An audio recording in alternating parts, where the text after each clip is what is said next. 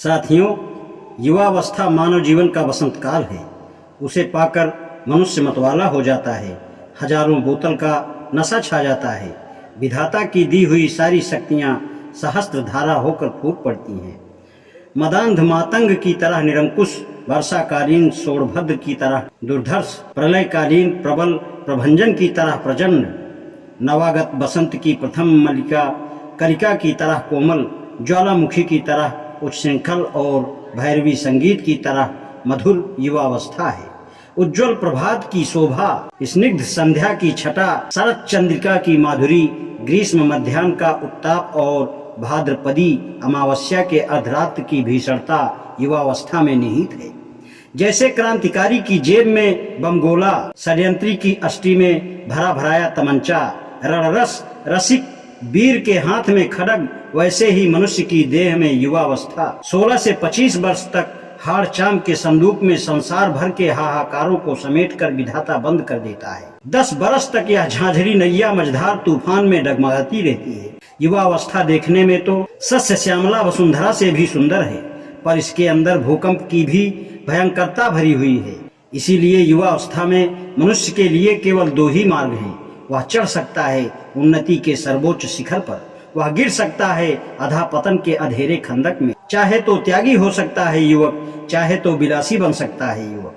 वह देवता बन सकता है तो पिशाच भी बन सकता है। वही संसार को त्रस्त कर सकता है, वही संसार को अभयदान दे सकता है। संसार में युवक का ही साम्राज्य है। युवक के कीर्तिमान से संसार का इतिहास भरा पड़ा है। युवक ही रणचंडी के ललाट की रेखा है। युवक स्वदेश की यश दुदुम्भी का तुमुल निनाद है। युवक ही स्वदेश की विजय वैजयंती का सुदृढ़ दंड है। वह महाभारत के भीष्म पर्व की पहली ललकार के समान विकराल है। प्रथम मिलन के स्फीत चुंबन की तरह सरस है। रावण के अहंकार की तरह निर्भीक है। प्रहलाद के सत्याग्रह की तरह दृढ़ और अटल है। अगर किसी विशाल हृदय की आवश्यकता हो तो युवकों के हृदय को टटोलो। अगर किसी आत्मत्यागी वीर की चाह हो तो युवकों से मांगो। रसिकता उसी के बाटे पड़ी है, भावुकता पर उसी का सिक्का है। वह छंद शास्त्र से अनभिज्ञ होने पर भी प्रतिभाशील कवि है। कवि भी उसी के हृदयारविंद का मधुप है। वह रसों की परिभाषा नहीं जानता, पर वह कविता का सच्चा मर्मज्ञ है। सृष्टि की एक विषम समस्या है युवक। ईश्वरीय रचना कौशल का एक उत्कृष्ट नमूना है युवक। संध्या समय वह नदी के तट पर घंटों बैठा रहता है। क्षितिज की ओर बढ़ते जाने वाले रक्त रश्मि सूर्यदेव को आकृष्ट नेत्रों से देखता रह जाता है। उस पार से आती हुई संगीत लहरी के मंद प्रभाव में तल्लीन हो जाता है। विचित्र है उसका जीवन, अद्भुत है उसका साहस, अमोघ है उसका उत्साह। वह निश्चिंत है, असावधान है। लगन लग गई है तो रात भर जागना उसके बाएं हाथ का खेल है। जेठ की दोपहरी चैत की चांदनी है। सावन भादों की झड़ी मंगलोत्सव की पुष्प वृष्टि है। शमशान की निस्तब्धता है। उद्यान का विहंग कल कुंजन है। वह इच्छा करे तो समाज और जाति को उद्बुद्ध कर दे, देश की लाली रख ले, राष्ट्र का मुखोज्जल कर दे, बड़े बड़े साम्राज्य उलट डाले। पतितों के उत्थान और संसार के उद्धारक सूत्र उसी के हाथ में हैं। वह इस विशाल विश्व रंगस्थल का सिद्धस्त खिलाड़ी है। अगर रक्त की भेंट चाहिए तो सिवा युवक के कौन देगा। अगर तुम बलिदान चाहते हो तो तुम्हें युवक की ओर देखना पड़ेगा। प्रत्येक जाति के भाग्य विधाता युवक ही तो होते हैं। पाश्चात्य पंडित ने ठीक ही कहा है। भावार्थ यह है कि आज के युवक ही कल के देश के भाग्य निर्माता हैं। वे ही भविष्य के सफलता के बीज हैं।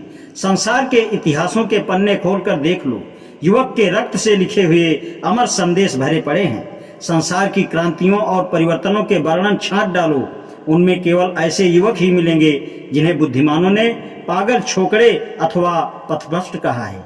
पर जो सीढ़ी हैं वे क्या खाक समझेंगे कि स्वदेशाभिमान से उन्मत्त होकर अपनी लोथों से किले की खाइयों को पाट देने वाले जापानी युवक किस फौलाद के टुकड़े थे। सच्चा युवक तो बिना झिझक के मृत्यु का आलिंगन करता है। चौखी संगीनों के सामने छाती खोलकर डट जाता है। तोप के मुंह पर बैठकर भी मुस्कुराता ही रहता है। बेड़ियों की झंकार पर राष्ट्रीय गान गाता है और फांसी के तख्ते पर अट्टहास पूर्वक आरूढ़ हो जाता है। फांसी के दिन युवक का ही वजन बढ़ता है। जेल की चक्की पर युवक ही उद्बोधन मंत्र गाता है। काल कोठरी के अंधकार में धंस कर ही वह स्वदेश को अंधकार के बीच से उबारता है। अमेरिका के युवक दल के नेता पैट्रिक हेनरी ने अपनी ओजस्विनी वक्तृता में एक बार कहा था, जेल की दीवारों से बाहर की जिंदगी बड़ी महंगी है, पर जेल की काल कोठरियों की जिंदगी और भी महंगी है, क्योंकि वहां यह स्वतंत्रता संग्राम के मूल्य रूप में चुकाई जाती है।